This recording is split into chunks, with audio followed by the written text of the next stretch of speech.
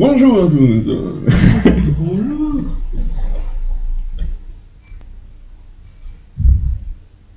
Bah, C'est live, c'est live. c'est quoi? Ouais. Pourquoi on nous entend là-bas? Parce qu'il y a 40 secondes de délai. Donc dans 40 secondes, D'accord, le ok, temps que tu parles, c'est on bon, va. c'est le temps que ça monte au cerveau, c'est la nouvelle Ouais, technologie. c'est ça. Euh, Ça vaut le coup. c'est pas grave. Bonjour, bienvenue sur le Elao Summer Talk 5. Donc toutes les semaines, le jeudi, vous retrouvez une présentation sur la chaîne YouTube Elao, et le but du jeu étant d'avoir une présentation différente à chaque fois. Et donc c'est hébergé par Elao, donc on remercie toute l'équipe Elao de Lyon, Villeurbanne, suivant où on se passe dans le bâtiment. Et moi je vais vous faire une présentation sur le challenge sémantique. Donc, voilà. C'est un peu différent qui est. Donc, je m'appelle Alexandre, Twitter Pokistar, GitHub Poki, P-O-C-K-Y. Je suis chef de projet et développeur dans une agence de com et je fais énormément de symphonie. Au niveau de mon parcours, j'ai pas un parcours traditionnel.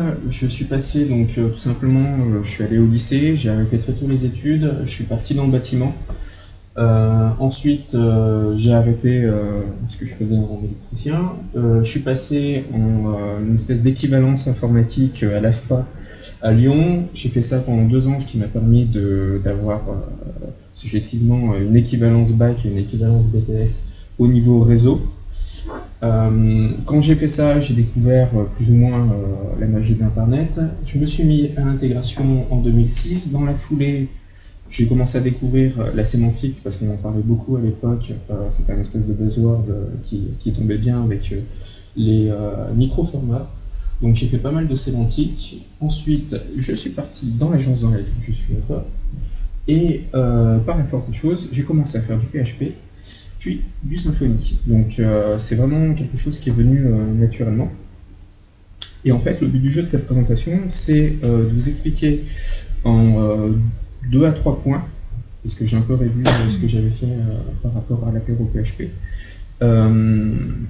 des avantages de l'utilisation de la sémantique en fait, au quotidien pour pouvoir vous permettre de vous enlever des petits problèmes de communication ou de conception, ce genre de choses. Donc la sémantique, si on fait un rappel général, généralement, quand on parle de sémantique, au niveau de l'écosystème web PHP, parce qu'il y a des choses qui sont faites très performantes sur Java, mais là, on va rester sur le PHP. Ce qu'on connaît généralement, c'est le RDFA, les micro-formats et les micro-data. C'est quelque chose qui est généralement qui va toucher à chaque fois les populations qui sont front. Et c'est des choses qui parlent peu aux développeurs. Alors, juste pour les piqûres de rappel, le RDFA, donc c'est un portage du RDF pour le web en se basant sur des triptyques d'attributs qui vont dire voilà la ressource que tu vas trouver à tel endroit et de tel type et de telle forme. C'est quelque chose qui est en recommandation au niveau du W3C. Donc théoriquement, si on fait de la sémantique, on se base sur les recommandations, on fait du RDFA.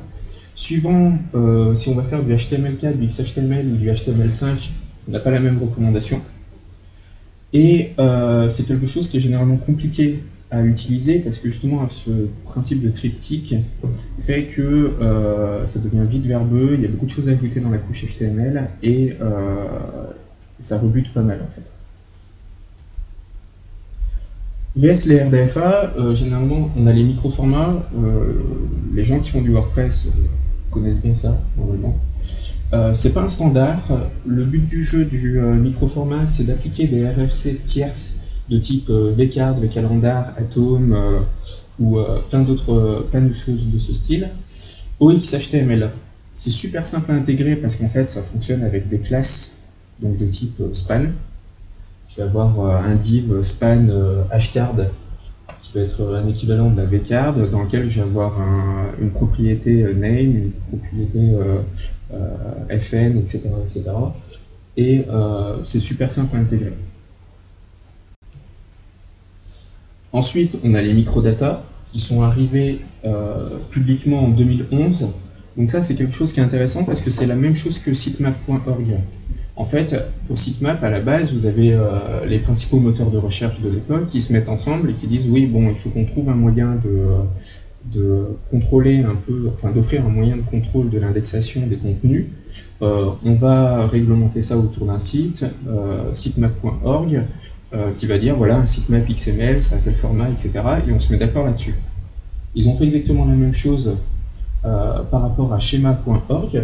Donc en fait, c'est Bing, Google, Yahoo en 2011, en juin 2011, qui se mettent ensemble, qui sont rejoints par Yandex en novembre 2011.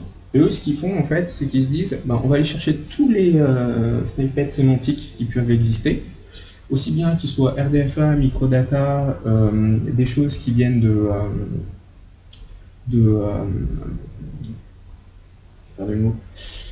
ce que vous pouvez mettre dans vos fichiers XML en en-tête pour dire voilà, j'ai du contenu de YouTube qui arrive, donc pour rajouter des petites balises YT de points, etc. pour que ça soit compris.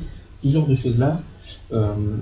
On va rajouter tout ça et puis on va créer un socle commun en fait qui va bouffer de la donnée et qui va permettre de dire voilà, quand vous voulez faire tel type de choses en sémantique, voilà ce qu'on vous préconise. Et comme on se met tous d'accord là-dessus, au niveau du référencement, tout de suite, il faut marquer des points. Et donc, après, on a tout ça, on a tous ces choses qu'on peut rajouter un peu partout dans notre code. Donc les schémas type good relation, les schémas XFN, donc ça c'est WordPress qui a vraiment démocratisé le truc. Lorsque vous ajoutez un lien dans WordPress, vous pouvez dire le lien est de tel type, c'est quelqu'un que je connais, c'est quelqu'un de proche, c'est quelqu'un de... c'est ma muse, c'est ce genre de choses-là. Ça c'est du XFN. Après il y a le FOF, le OpenSeek, et donc voilà le mot que je cherchais, c'est tous les namespaces qu'on peut ajouter dans le XML. Et donc eux ils ont pris l'ensemble. Le problème c'est que quand je vous parle de tout ça, en fait je vous parle uniquement d'HTML. À aucun moment pour l'instant on a parlé de code vraiment pur. Parce que en fait la sémantique, à proprement parler, donc donner du sens à son contenu au niveau développement, à part en Java où on a des choses très pointues qui sont capables de transformer des données brutes qui vont être sémantiques en un modèle de données de l'autre côté, grosso modo, il n'y a rien en fait. Donc on ne peut pas... l'hypothèse, je vais créer une vraie application sémantique qui va être capable de comprendre tout ce que je lui donne, finalement ça n'existe pas. La seule chose qu'on peut faire, c'est essayer d'utiliser la sémantique pour en fait faciliter le dialogue à tous les niveaux et faciliter la conception en se basant sur des choses qui tiennent la route. Et à ce niveau-là, il n'y a pas de... c'est là où généralement les développeurs qui sont en back, ils disent ouais, les mecs qui font du front, ils sont généralement moins bons, etc., etc. On n'a pas envie de faire du front, on a envie de faire du back, etc. Et en fait, dans ce cas précis, les mecs qui font du front sont 10 fois plus compétents que les mecs qui font du back. Et pour juste cette bonne raison que, en fait, il y a la cartouche référencement. Donc on veut faire du référencement. Les premiers trucs qu'on va faire, après qu'on ait optimisé les balises, en termes de code pur, c'est qu'on va mettre des microdata ou ce genre de choses-là. Et donc les mecs rentrent tout de suite dedans. Et eux, ils ont une notion sémantique du web qui est largement en avance que les développeurs qui sont en bas. Donc ce que j'appelle le challenge sémantique, c'est justement le fait d'essayer qu'à tous les niveaux en fait, organisationnels, on se base sur quelque chose qui ait du sens pour, un peu comme en DDD, pour dire, voilà, on va se mettre d'accord que on va utiliser ces propriétés de telle façon, etc. Et le développeur back, il utilise ça, il retransmet son info. La personne qui est en front, comme c'est logique d'utiliser aussi la sémantique, au niveau de ses balises, pour récupérer les données, on n'a pas besoin de lui dire voilà, dans mon document, dans mon entité, j'ai une colonne qui s'appelle name, etc., etc. C'est normal en fait qu'il y ait quelque chose qui s'appelle name parce qu'on est d'accord de se baser tous sur ce côté sémantique en termes de conception en fait. Et le référentiel, il est commun. Donc, grosso modo, pour moi, le challenge sémantique, c'est ça. C'est trouver des designs récurrents. Je vais vous montrer ce que c'est. Segmenter les designs en éléments fonctionnels et indépendants. Donc ça, c'est quelque chose qui est formidable avec Symfony 2 et toute la notion de bundle. Faciliter la communication entre tous les acteurs du projet. Et comme le DDD, enfin on en parle depuis un an et des brouettes vraiment en France, pour moi c'est complémentaire au DDD parce que ça vient enrichir le langage du client qui est en face. Et donc surtout, c'est vous aider à trouver un langage commun et à capitaliser dessus. Parce que je vais vous montrer avec les schémas qu'il y a une structure qui est logique et qui est en fait interconnectable ensemble. Donc, à partir du moment où on suit la démarche globale, on décompose ses besoins et après ces besoins, on les fait communiquer ensemble. Et donc, on capitalise et on crée de la récurrence, ce qui est quand même l'un des principaux problèmes au niveau du développement. À côté de l'industrialisation. Pour gagner du temps en termes de développement, on industrialise une partie, mais si on refait beaucoup de code à chaque fois ou qu'on modifie beaucoup de code, ça sert à...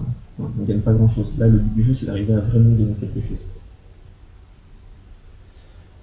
Donc les avantages, la première étape, c'est qu'on a une base, c'est une chose. C'est vraiment la traduction littérale, donc c'est le thing, une chose.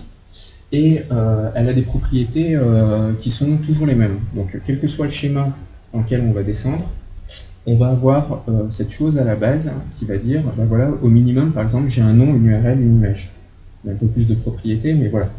Quoi qu'il arrive, quand on caractérise quelque chose, il a un nom, une image et une URL. Et au niveau du langage, on a un problème au niveau du DDD, c'est que théoriquement, si on suit l'approche bête et méchante, on dit on doit utiliser le langage du client. Donc ça veut dire que nous, français ou francophones, on devrait dire, non, enfin ce qu'on nous dit depuis le début, c'est-à-dire pas utiliser des propriétés en français, mais de tout mettre en anglais pour pouvoir faciliter la communication avec tout le monde.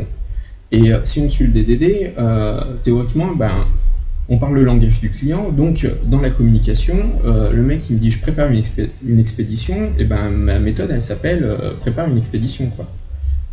Ce qui est complètement aberrant par rapport au reste. Donc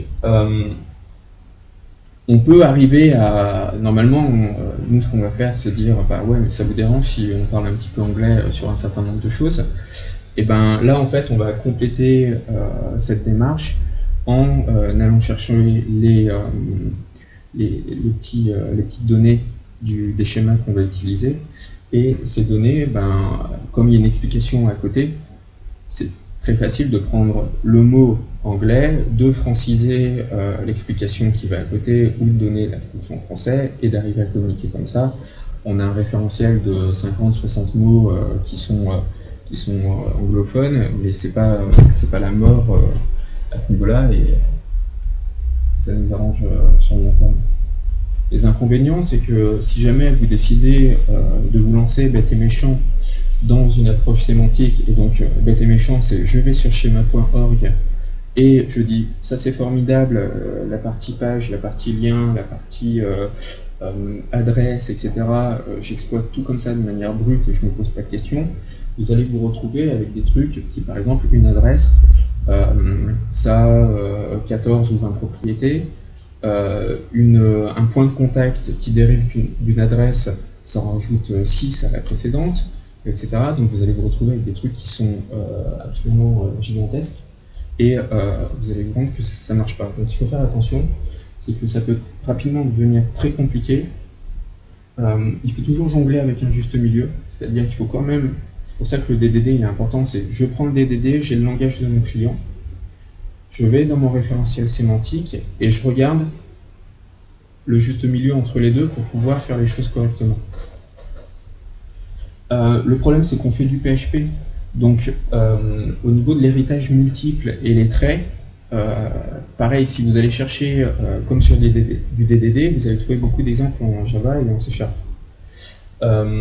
Si vous cherchez de la sémantique, vous allez trouver beaucoup d'exemples en Java. Et eux, eh ben, l'héritage multiple, ça marche bien.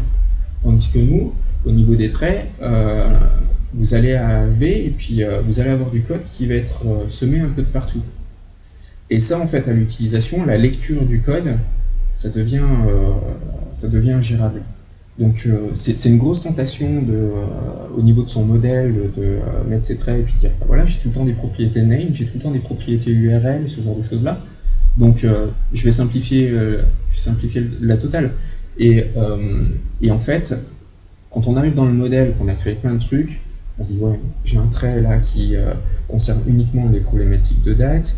Là j'ai un autre trait qui contient uniquement les propriétés de base. Là, en fait, mon adresse postale, elle dérive de mon point de contact ou inversement, etc. Donc, j'ai un trait pour ça, etc., etc. Et c'est ingérable, en fait. C'est ingérable. Et le dernier inconvénient, c'est qu'il faut accepter les règles. Donc, il y a des moments, il y a des propriétés qui vont vous paraître complètement stupides.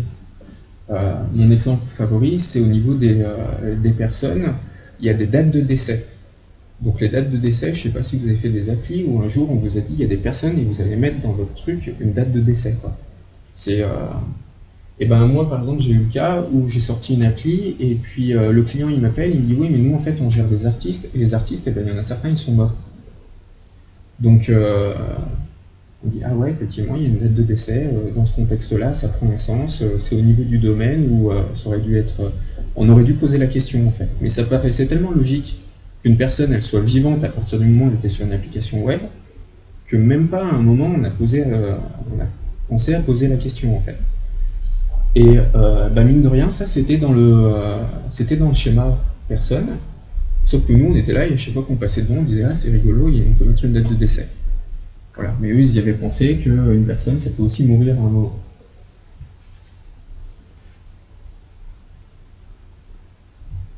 Donc, en termes de généralité, on a donc ces règles-là. Vous verrez, au niveau des propriétés, il y en a certaines qui ont des noms.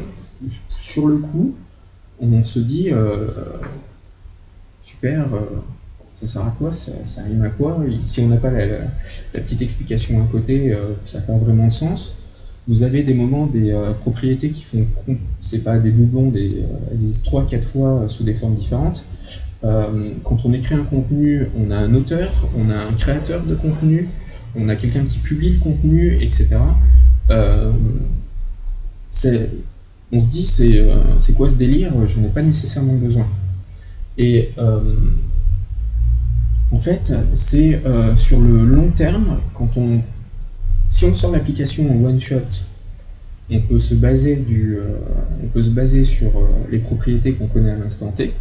Si on va chercher sur du long terme et qu'on applique justement tout le schéma de récurrence derrière, etc., en fait, on va commencer à intégrer des propriétés en se disant, bah voilà, mais le jour où mon site prend une dimension un peu au-dessus, et que, par exemple, j'ai quelqu'un qui va publier du contenu au nom d'une autre personne, là, effectivement, le fait d'avoir un auteur et quelqu'un qui va publier, les deux notions différentes, c'est quelque chose qui est intéressant.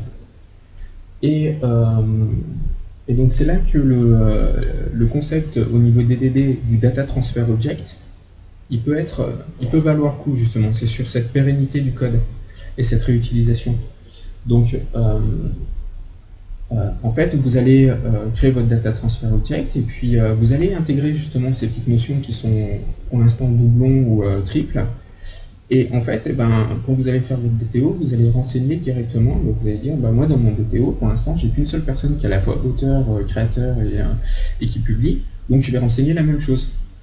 Et puis, comme je sais pertinemment que je suis sur une démarche long terme et que je peux retomber dans un contexte qui, là, va être un peu différent, mais sur lequel j'aurai encore ces propriétés-là, à ce moment-là, quand je vais alimenter mon DTO, je vais basculer sur autre chose. Et en termes d'intégration, la personne qui est en front, elle récupère uniquement son DTO, elle se fout du reste, Et elle dit voilà, j'ai 5-6 propriétés, j'en ai 12, voilà, j'intègre ça comme ça. Et au passage, et ben, comme je fais du schéma, mon HTML il est beau, mes propriétés elles sont pareilles, le truc c'est un sens. J'ai pas un truc qui s'appelle name alors que ce qui sort mon objet s'appelle title, par exemple. Voilà, ça suit et ça tient une ligne de conduite en fait. Je vais vous passer ça, c'est un résidu de la présentation.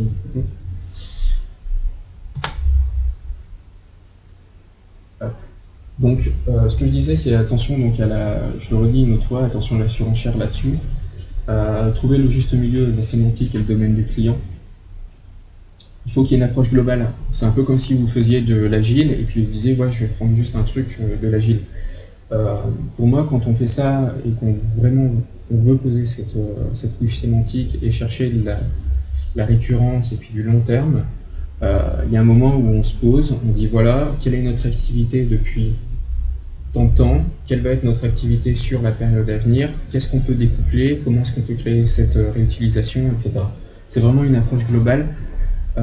Ça peut marcher en prenant juste des morceaux, il n'y a pas de problème, mais c'est comme de l'agile où on ferait juste une réunion toutes les semaines. C'est pas de l'agile, c'est juste une réunion toutes les semaines que n'importe quelle société devrait faire en fait. Donc la démarche complète, elle est ça. Ça correspond vachement mieux aux environnements NoSQL, faut pas se mentir. Vous pouvez avoir un certain nombre de colonnes dans une base ORM. On sait que c'est chiant, qu'il y a des problèmes après de perf, d'indexation, etc. si on fait des recherches sur différentes colonnes. Le NoSQL est vachement plus adapté. Vous avez un document qui contient 4 données, l'autre qui en contient 12 à côté, il n'y a pas de problème. Vous avez justement vos références vers d'autres schémas, d'autres documents qui changent du jour au lendemain, jamais de problème d'intégrité. Si vous montez sur des choses très complexes, quelque chose comme Neo4j, qui est capable justement de parcourir un arbre complet, là aussi c'est quelque chose qui est formidable. VS, votre étoile SQL, qui lui est carrément pas fait pour ça. Et donc il faut faire attention, toujours pareil, c'est comme le DD, la simplicité d'utilisation au final, c'est pas la complexité qu'il y a derrière, elle est quand même là, quoi. Donc ce que je fais, c'est que je me base sur schema.org comme référentiel sémantique. Schema.org, ça se passe de cette façon-là. Vous avez 1, 2, 3, 4, 5, 6, 7, 8, 9 schémas de base. Ces schémas sont ensuite dérivés pour en créer plein d'autres. Donc, à titre d'exemple, vous avez un schéma de base qui va contenir en fait un lieu géographique, et dans ces dérivés, vous allez avoir après ce lieu géographique, c'est un local commercial. Ce local commercial, c'est un restaurateur ou c'est un garagiste. Un restaurateur, ça a des heures d'ouverture publique, privée, etc. Le garagiste, ça ne l'a pas. Vous avez des bâtiments municipaux. Les mairies, c'est différent d'une poste, d'une bibliothèque ou ce genre de choses-là. Et à chaque fois, il y a des propriétés qui vont se rajouter. Il y a quelque chose aussi au niveau d'une simple page au niveau web. Le schéma de base, c'est web page. Et après, derrière, ils vont faire des dérivés qui vont rajouter une nombre de propriétés qui vont dire, par exemple, ça c'est une page à propos, ça c'est une page de résultats de recherche, etc. etc. Toujours pareil, ça peut paraître un peu surfait et puis ça ne sert à rien, mais en fait, quand on est dans la démarche complète, notre page de recherche, on dit explicitement au moteur de recherche, voilà, ça c'est une page de résultats de recherche. Et comme ça se complète, les résultats qui ressortent derrière, la façon de parser les données, etc., peuvent être différentes. Et si jamais vous vous amusez après à exposer du JSON-LD, des HL, ce genre de choses-là,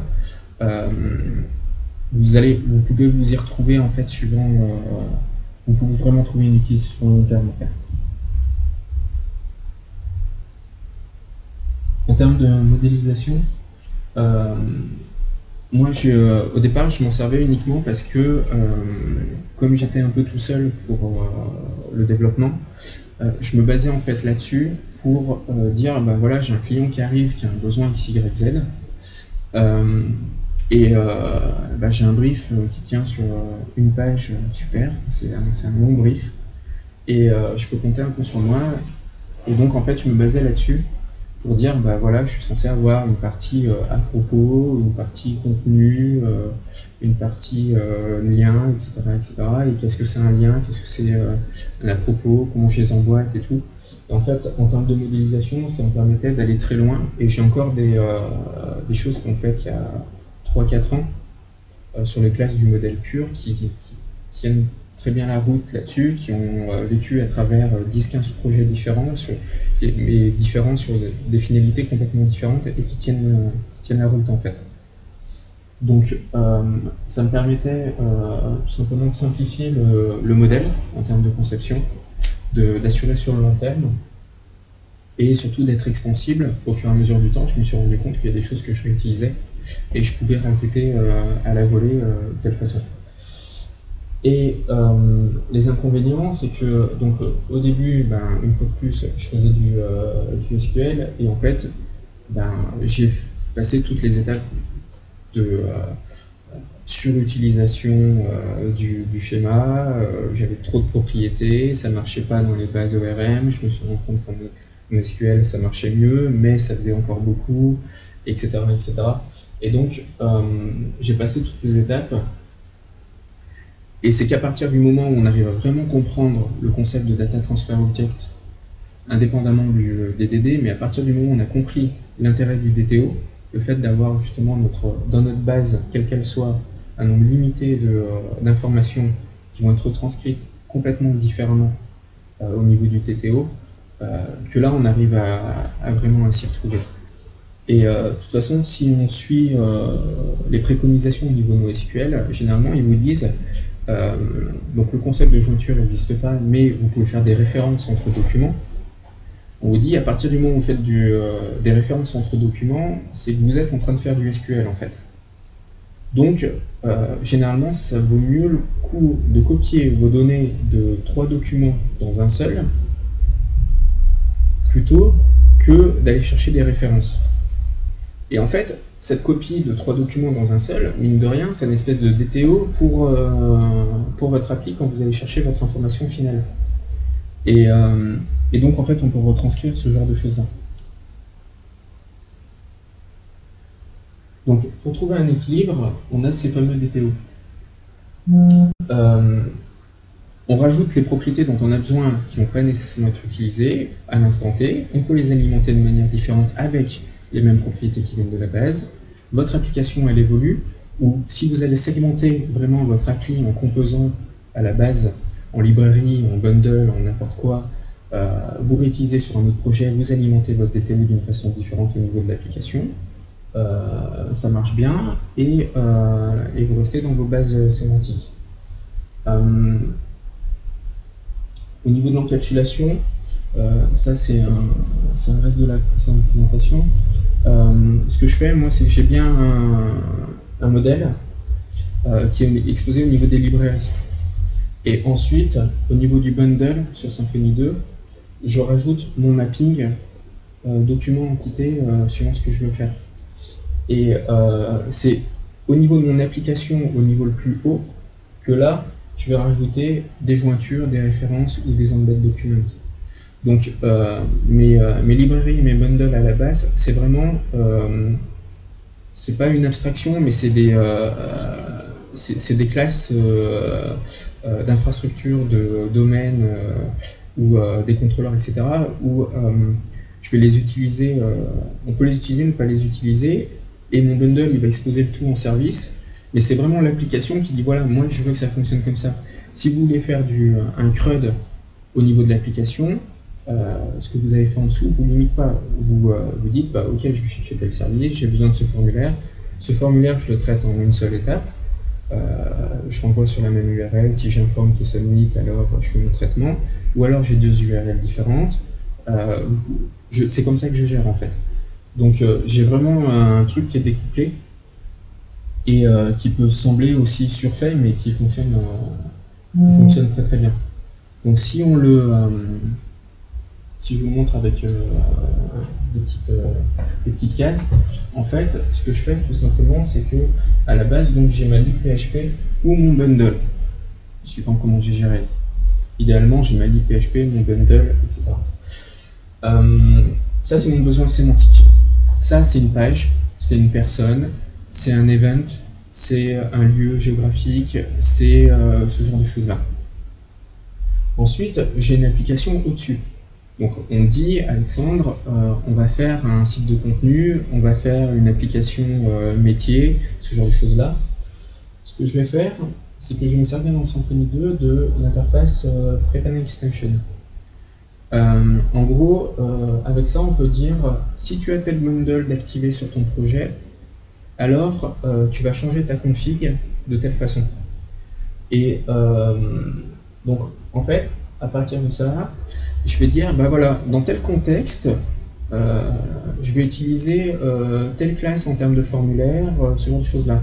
Ça m'évite de dire à chacune des personnes qui va bosser avec moi en termes de développement que lorsqu'il doit emboîter X, il doit servir mon application qui va être revendue, quelque chose comme ça par exemple, il va devoir copier-coller une config grande comme ça avec toutes les informations dont il aurait besoin. Et après, le client final, donc on va dire que là, j'ai une page des utilisateurs et de la configuration, j'ai créé une appli de type CMS, j'ai mon client qui arrive, il a une charte graphique. Lui, en fait, je lui crée un bundle, tout simplement. Il a un getParent en héritage. Et c'est l'héritage de template, c'est ce genre de choses-là. Et il y a un peu de perso suivant les contextes.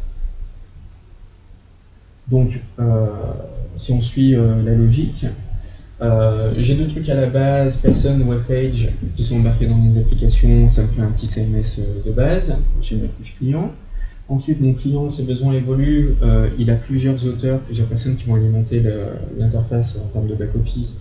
Je vais leur ajouter la notion d'user, qui est une personne numérique, c'est comme une personne physique, une personne morale, etc. Le user, au niveau sémantique, c'est une personne numérique, donc il a juste un username, ce genre de choses-là, mais il n'est pas, on ne connaît pas son nom, son prénom à ce moment-là. C'est le user numérique, et la personne numérique est rattachée à une personne physique. Donc là, super, j'ai plusieurs auteurs. Ensuite, ils évoluent, j'ai des articles qui viennent se greffer, je viens rajouter mon petit composant article. Ensuite, ça continue. Donc là, j'ai une appli en fait sur laquelle je vais faire un équivalent de Meetup. Donc, ce que vous avez en violet, c'est aussi de la sémantique. Donc, ça va être tous mes value objects. Donc, des coordonnées géographiques, adresse postale, des dates, des heures d'ouverture. Il y a les heures de fermeture aussi, etc. Ensuite, quand je vais créer un événement, je vais avoir un lieu géographique. Ce lieu géographique, sur mon événement, qui est ici, il y aura un nombre de places attribuées. Ensuite, il y a des personnes qui vont s'inscrire. Ces personnes vont être attachées à un utilisateur numérique. Je vais peut-être avoir du contenu sur ma plateforme. Je vais avoir des services. Donc là, le service, c'est des services qui vont être proposés sur l'événement. Des commentaires. J'ai peut-être quelqu'un qui va héberger, donc là ce serait là-haut, etc., etc. Je vais embarquer dans une application comme ça. J'ai un meetup, en fait, à partir de tout ça. Et donc, c'est tout ça, en fait, qui est récurrent. Est-ce que vous arrivez dans votre besoin au jour le jour? Comment est-ce que vous créez ces récurrences pour vous permettre de créer des applications plus ou moins à la volée, mais qui vont vous demander le moins de travail possible? C'est quelque chose qui est parfaitement faisable, en fait, quand on décompose beaucoup. Et donc, nous, au niveau de la boîte, grosso modo, le schéma, actuellement, c'est le suivant. Donc, il y a 3, 4, 5, 6, 7, 8, 9, 10, 11, 12, 13, 14, 15, 16 trucs de base. On a 4 applications qui chacune vont réutiliser quelque chose. Donc, je vous laisse imaginer la récurrence qu'on fait à ce niveau-là. C'est pas c'est pas une démarche éditeur de logiciel, mais c'est pas loin. C'est surtout une démarche pérenne en termes de conception et de réutilisation de ce qu'on va faire en fait. Donc voilà. Ce qui est important, c'est que je suis en train de sortir beaucoup de code et de foutre ça sur GitHub. Et donc au fur et à mesure, je renvoie sur Black Project. Donc Black Project, c'est à chaque fois il y a la petite librairie, le composant qui va arriver. Au fur et à mesure, il y a le bundle et ça va être envoyé au fur et à mesure. Et donc, vous pouvez aussi réutiliser ce que je vais faire. Il y a une approche DDD, etc. J'ai fait ça à ma sauce, c'est mon projet. Mais je vais envoyer pas mal de choses dont je vous ai parlé qui vont arriver là-dessus. Donc voilà. Tu pourras voir la sortie. Tu veux montrer schéma? Ouais, schéma, voilà. Ça marche simplement, ce que je vais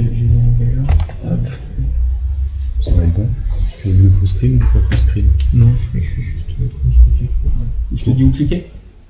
Ah, bah sinon une petite souris peut-être. Je reviens. Donc la liste des schémas. Vous avez tout ça en fait, en termes de schémas qui ont été conceptualisés. Donc il y en a un paquet.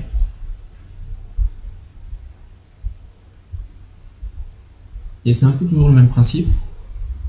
Vous savez, quand on a un client qui arrive et qui nous dit « Ouais, j'ai un super projet sensationnel, personne ne l'a jamais fait. » Et en fait, on lui dit « Ouais, on est désolé, monsieur le client, mais votre projet, il existe déjà 10 fois. » En fait. C'est juste que vous ne connaissez pas. Bah là, c'est un peu la même chose. Généralement, il y a des mecs qui, quand vous avez une problématique et quelque chose, il y en a d'autres qui l'ont eu. Et à travers tout ça, on arrive à trouver pas mal d'infos et de schémas. Donc, je travaille pour, comme tout à l'heure on disait, un restaurateur. J'ai besoin de savoir ce que c'est un restaurateur. Ici, je vais le trouver. Donc, c'est un business local. Voilà, un établissement type restauration. Je peux même faire mes dérivés. Après, il y a une chaîne qui va être créée, ce genre de choses-là. Vous avez mon client, c'est oui, c'est non, c'est ce genre de choses-là. On va pouvoir ajouter toutes les infos et faire évoluer la chose, justement. Donc, suivant si on sait si c'est du one-shot, du long terme ou pas qu'on va faire avec le client, on va pouvoir rentrer des informations. Par exemple, est-ce que la partie founder, donc la personne qui a créé la société, c'est quelque chose qui est important à l'instant T. Si c'est pas important, on peut dire qu'on peut soit la bypasser complètement, soit on peut dire, pour l'instant, on va envoyer au niveau du data transfer object uniquement le nom du mec qui a créé la chaîne ou le restaurant. Et plus tard, si ce mec fait une chaîne de restaurant, et en fait, je sais que mon founder qui est ici, c'est une personne.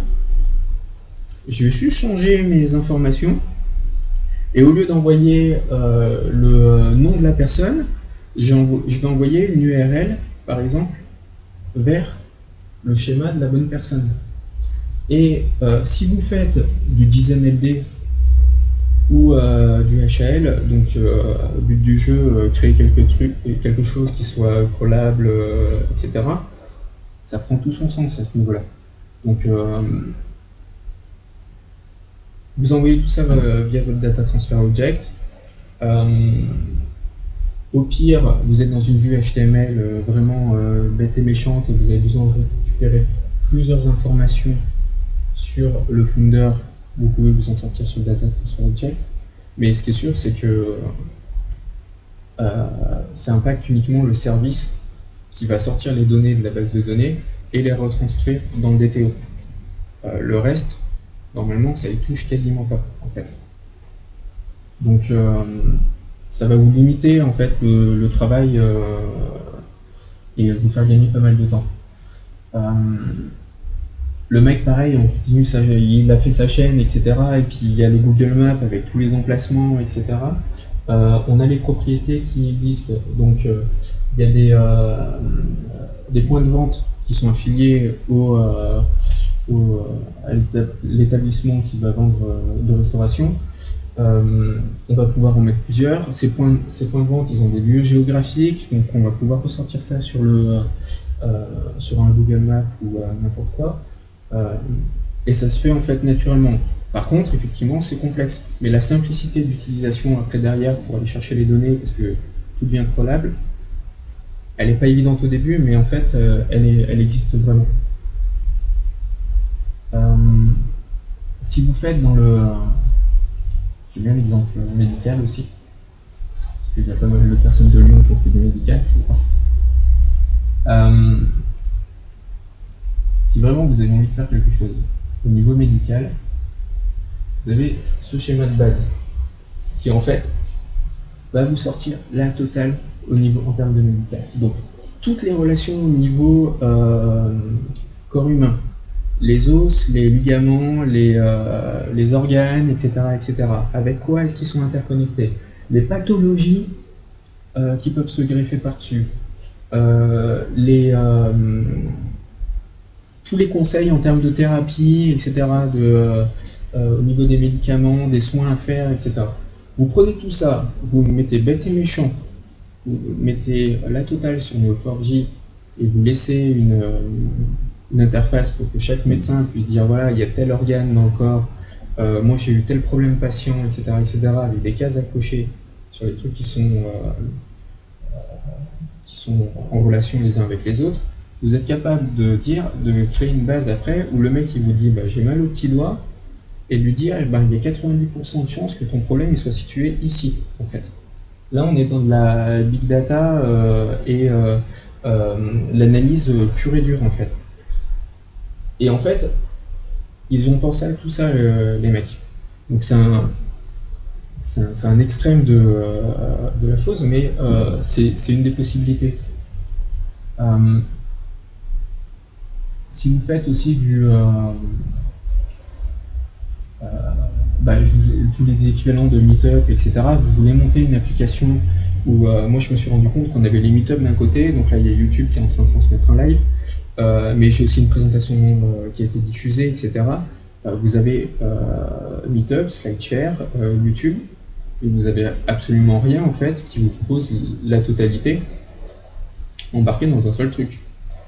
Vous prenez tout ça, vous descendez, vous faites votre application, puis ça fonctionne. Il n'y a pas besoin d'aller chercher midi à 14h en fait. Tout ce que vous trouvez dans ces trois applis que j'ai citées, ça a été schématisé à ce niveau-là.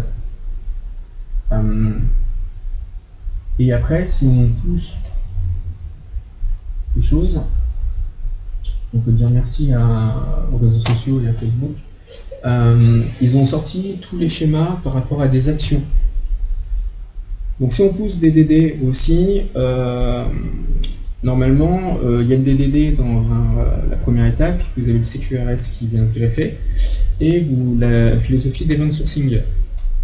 En termes d'action, vous avez aussi un pattern de base avec des actions par défaut qui vont vous permettre de baser votre event sourcing ou vos commandes CQRS là-dessus. Donc ça peut valoir le coup aussi d'aller chercher tout ça. Et surtout, les trucs vraiment de base, donc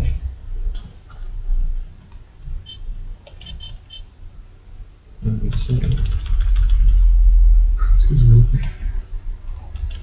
c'est pas gentil ça.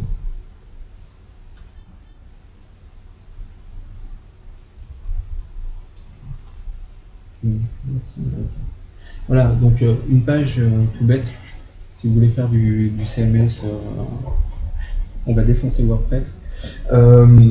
Vous avez tout ça, donc la page de base, la page à propos, des pages avec des paginations, donc une collection de pages, les pages de profil, les questions-réponses, etc., les différents éléments.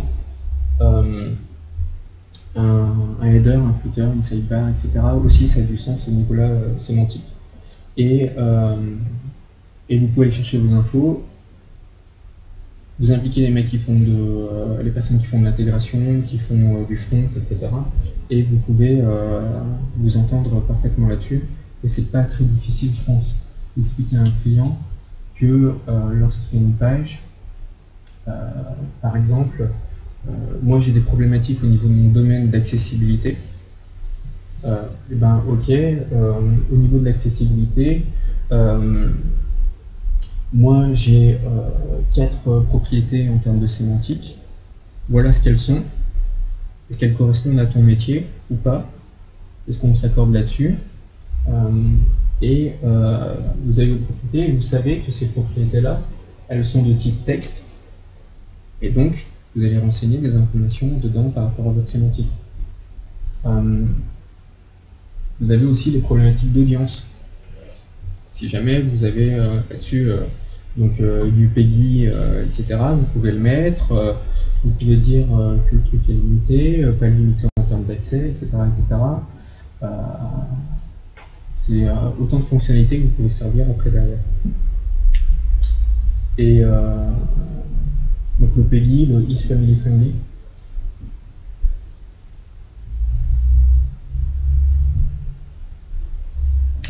Si vous embarquez de la vidéo aussi, si jamais vous voulez vraiment pousser la chose, donc j'ai de la vidéo, j'ai un schéma derrière qui est vidéo object. Est-ce que je crée en parallèle une partie vidéo ou pas? Ça c'est mon application.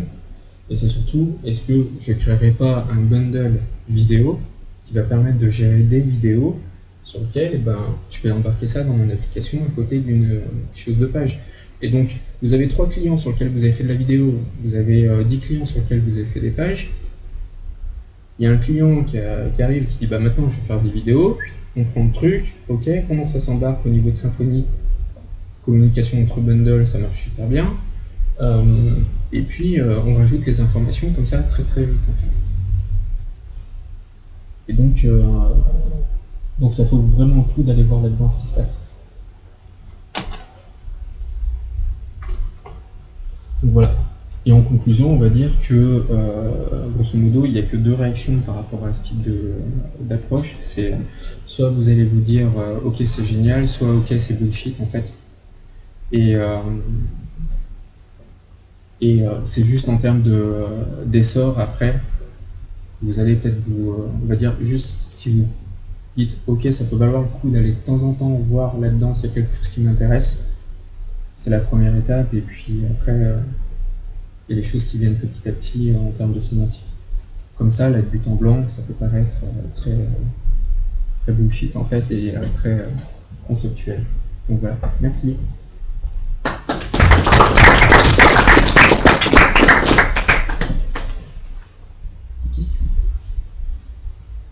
Oui. Qu'est-ce qui se passe si tu veux faire un site pour un client, tu dis sur mon métier c'est ça, tu vas chercher sur ton site des termes en fait, donc lui montrer et que tu le présentes à ton client et il dit non, ça ne correspond pas du tout. Du coup, ça, après, ouais, c'est il arrive de toute façon qu'il y ait des fois où ça peut pas matcher parce que notamment, faut quand même pas se leurrer, les mecs sont tous anglophones.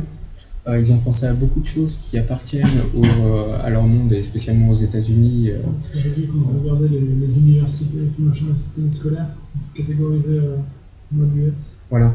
Donc ça, il faut arriver à adapter effectivement. Et là-dessus, le principal, moi je dirais, c'est que quoi qu'il arrive, à l'issue de cette conversation, c'est de dire ok, on va poser une page dans un coin dans lequel on va mettre le référentiel sémantique en fait. Et on va se baser dessus. Donc la première fois, il va marcher pour un client. Si j'ai un second client qui arrive et qui utilise la même chose, est-ce que ça va matcher? Et en fait, au troisième, théoriquement, à 90%, on va être bon. Et c'est plus au niveau de l'application, après au-dessus, qu'on va rajouter les subtilités et qu'on va utiliser ou non. Quoi qu'il arrive, c'est sûr qu'on aura si on suit le raisonnement, les bundles et les librairies de base, il y a des choses qu'on va, des moments pas beaucoup utilisés. Donc, même chose que le DDD. Est-ce que vous avez besoin de faire du DDD pour faire un site vitrine? Il y a quelque chose, par contre, faire de la récurrence et après, dans le tas, il y a un site vitrine qui arrive, c'est une autre approche, quoi. Mais je fais, quoi qu'il arrive, le client explique son domaine, je lui rajoute l'approche sémantique, on regarde s'il y a un juste milieu, et après, derrière, on commence. Après, c'est quelque chose que je faisais maintenant. Il y a 6 mois, ça se passait pas comme ça, etc., parce que j'ai essuyé des plâtres à Google. Est-ce qu'il y a une API chez votre orgue? Alors, tu peux crawler. Ils ont. C'est quoi? C'est du JSON qu'on peut récupérer? Les schémas ils sont proposés en JSON et après les attributs. Voilà. Et les identifiants. Donc, tu peux retrouver pour chaque retranscription HTML quelque chose en JSON. Et Boris avait créé à un moment un truc qui, tu lui disais, voilà, je vais aller chercher tel schéma, et hop, il allait chercher les données, il te montait la totalité du bundle. C'est exactement pour ça que je vois. Et on en discutait tout à l'heure. Mais il y a quelque chose qui est fait à ce niveau-là. De la même façon, chaque schéma, vous avez une retranscription en bas de page, l'HTML brut, l'HTML version microdata, le HAL, ou le JSON LD, j'ai un doute, et une retranscription RDFA, qui est dispo pour une machine boulot.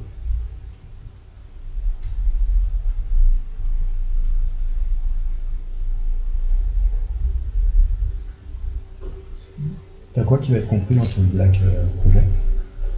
En quoi, fait, le but du jeu là, c'est de passer 12 ou 13 composants dont je me suis servi à titre perso et pro là-dessus. Et après, en fait, je vais m'en servir pour monter d'autres projets. Je vais alimenter en conséquence.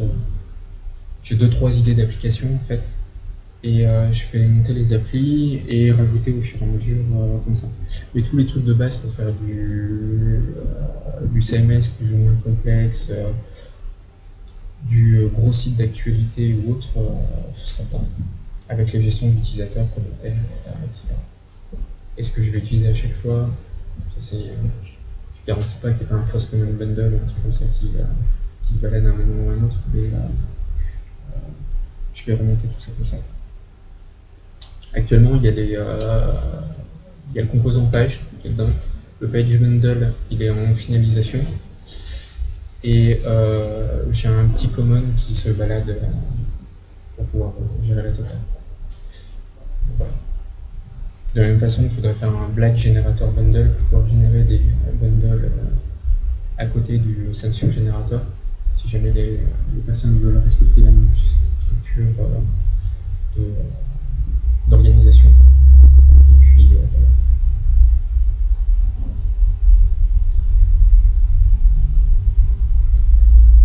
Ok. Bon, c'était cool. Merci beaucoup. Donc on rappelle Pokistar sur Twitter. Et puis voilà. Et ben merci d'avoir suivi et à bientôt.